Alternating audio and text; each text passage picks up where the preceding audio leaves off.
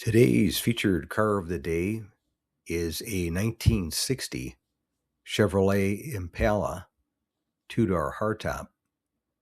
And this one had undergone a ground-up restoration, nut and bolt restoration, and was done to a very high standard and came out beautiful, especially being red. Still has the plastic seat covers on it. If some of you remember those from back in the day. But this one I filmed at my local classic car cruise night in San Diego, California. And like I said, it was a beauty, that's for sure.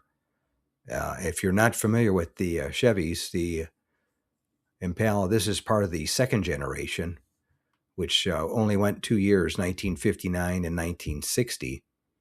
The first year being the 58 Impala. That was the first time Chevy used the Impala name for a separate model.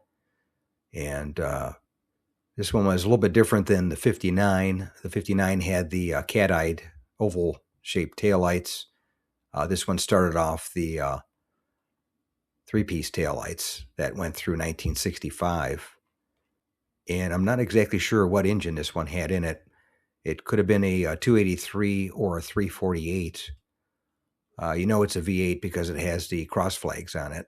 That Chevy always used that to state that it was a V8 engine in the car. And this one had the 4-speed, which was nice. But anyway, that's today's featured car of the day.